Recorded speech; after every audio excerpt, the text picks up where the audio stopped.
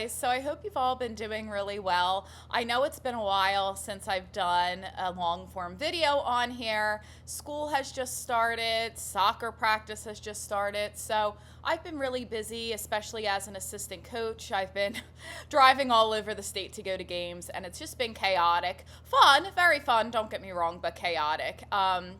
So I know it's just been a long time since I've been on this channel.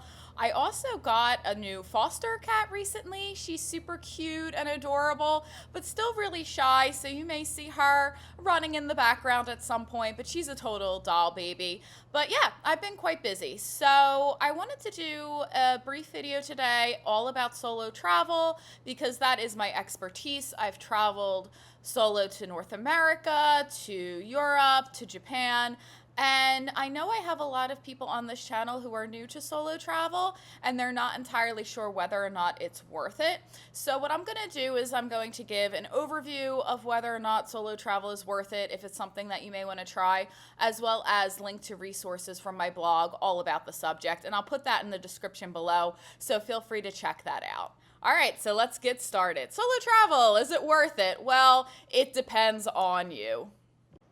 First and foremost, I think solo travel is worth it for people who like to control everything. Now, I'm not saying that in a bad way. You spend a lot of money when you travel. It's a huge investment between plane tickets, accommodation, food. So if you have a lot of things that you really want to see and do, maybe you're really into nature, maybe you're really into museums and can spend hours there, it might be beneficial for you to travel solo because then you can spend as much time as you like focusing on what it is that you like to do. I know for me personally, there's certain destinations where I have a laundry list of things I want to see and do. For example, when I went to London, I'm a huge literature nerd. I got my master's in English literature. So obviously I wanted to go to every single bookstore and I wanted to go to every single literature museum. I wanted to go to a show at the Globe Theater. So obviously in that case, it was probably better for me to travel alone than with somebody else. So if you're the type of person who has a lot of interests, definitely focus on traveling alone because your travel buddy may not like it so much when you take over the itinerary. Just throwing that out there. A bit of an interesting take on this. I've had people ask me if it's okay to travel solo as an extrovert, if it's okay to travel solo as an introvert, and really, I don't think it matters all that much, believe it or not. As a solo traveler and an extrovert myself, I've met so many people traveling alone, actually more people than I do when I'm with friends. I find when I travel with friends, I just stay with my friends, or if I travel with my mom, I just stay with my mom. But when I travel on my own and I'm staying maybe in a hostel or if I'm on a group tour, I tend to put myself out there a little bit more and make way more friends. So really, traveling solo doesn't mean that it's lonely. As an extrovert, I've had zero problems whatsoever. On the flip side though, my introvert friends have said that they like solo travel because they have the option not to talk to anyone or to decompress at the end of a long day without feeling pressured to do things. So really, I don't think it matters, introvert or extrovert. I still think you can have a great time solo traveling. I don't think it really matters one way or the other. However, I do think if you're the sort of person who absolutely hates planning anything, then maybe solo travel isn't entirely for you. I know in the past it was a little different, but I do feel like in our world today, you do need to book activities in advance. You have to buy museum tickets in advance, otherwise they sell out. You have to book the best hostels well in advance, otherwise they could be sold out. So you do need to plan some things, and if you're totally adverse to that and just want to be 110% spontaneous, I could see where solo travel would be tough for you because you're responsible for everything. Now, that's not to say you can't leave a little flexibility in your itinerary. You absolutely want to have some downtime to just enjoy the city or town that you're visiting in. But again, if you don't like booking tickets or you don't like making reservations, then maybe solo travel isn't entirely for you. Unless you're going on a pre-planned group tour. For example, I did a group tour with G Adventures years ago that was a camping trip in Canada, and it was perfect because I didn't have to plan any of the drives or book any of the camping sites, so it was great for me. So maybe you could do something like that. But again, if you don't like planning and you don't like writing itineraries, maybe travel with somebody who does. So here's the thing. I also think that if you're the type of person who gets stressed out easily, you might want to avoid traveling alone, at least to begin with.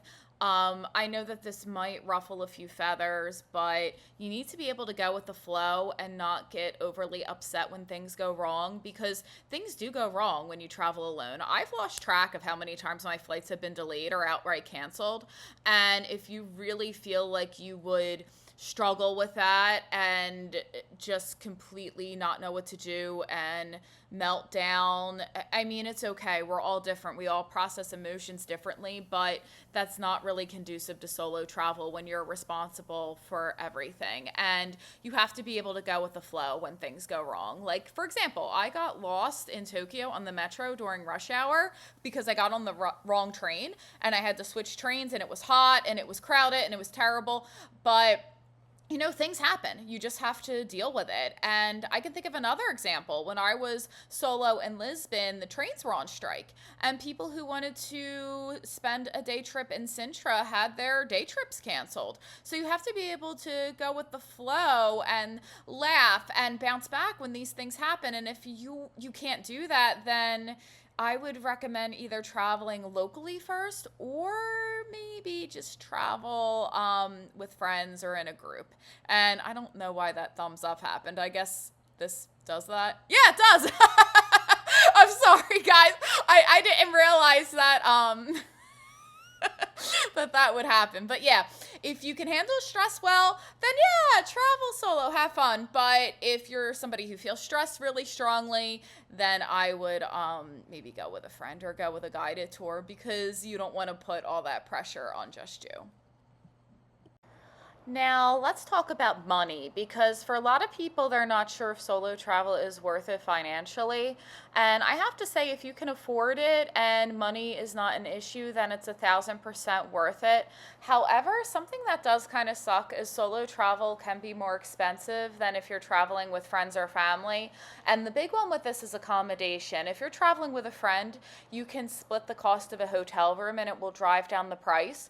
But if you're traveling alone, then you're responsible for footing the bill entirely.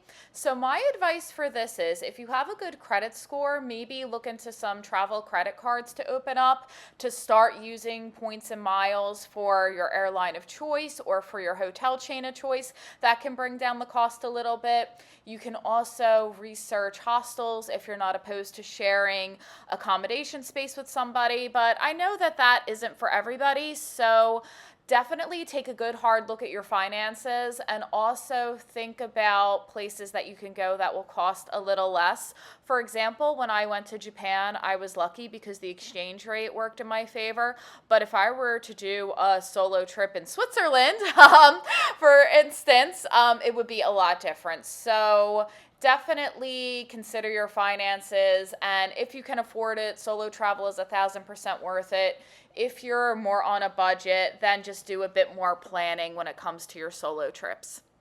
You might be thinking, Rachel, you're talking a lot about money, you're talking a lot about stress. Is there anything good about solo travel? Is it ever worth it? And I will say solo travel is 1,000% worth it if your friends and family don't really want to travel, or if they're not committing to a trip.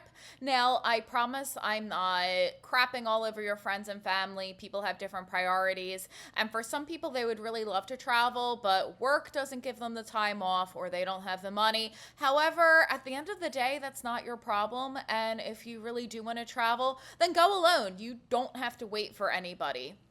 For example, I would have never have gone to Japan for 3 weeks if I was waiting for friends, because as a school teacher, I get the time off, but my friends do not. So if I were waiting for them, I would probably not go to Japan until I was retired. And that was just not going to happen. I really wanted to go to Japan. So if traveling is a priority for you, but your friends and family are just not having it, they don't want to go, or their finances don't let them go, then look into traveling alone, because you'll make make friends when you're there and you won't feel resentful. Because the problem is, if you're waiting around for them, you could start feeling resentment about it, and then it could damage your relationship. So just like do what you want. On the flip side, though, and I've had this happen, unfortunately, I've had people in my life get a little jealous of the trips that I do solo, and I always invite people to go, but that unfortunately can happen. But that, at the end of the day, that's not really your problem to address. So yeah, if you can't find anyone who's willing to go with you and travel is a priority for you and it's how you want to spend your money, then plan a trip alone, because you only get one life and you deserve to experience the things and places that you want to experience. So go for it. Another way that traveling solo is worth it is if you want to reconnect with yourself and enjoy your own company. In our daily lives, we're constantly prioritizing a lot of other people, whether it's family. I know as a school teacher, I tend to prioritize my community over my own well-being sometimes. And by traveling solo, you get a chance to reconnect with yourself. You get a chance to be a little bit selfish and do the things that you want to do, see the things that you want to see, eat the meals that you want to eat. And it can really be a wonderful reset for your life. And it could also be a great confidence booster if you're able to travel the world on your own. A lot of people look up to that, and it does build a tremendous amount of confidence. So if you really need that confidence boost, I know that, for example, solo travel is really popular for people who've just gone through breakups or through other traumatic events, and it helps them regain a sense of purpose and a sense of self. So I highly recommend that you do that if you find that you need to reconnect with yourself again, because solo travel is a fantastic way to do that.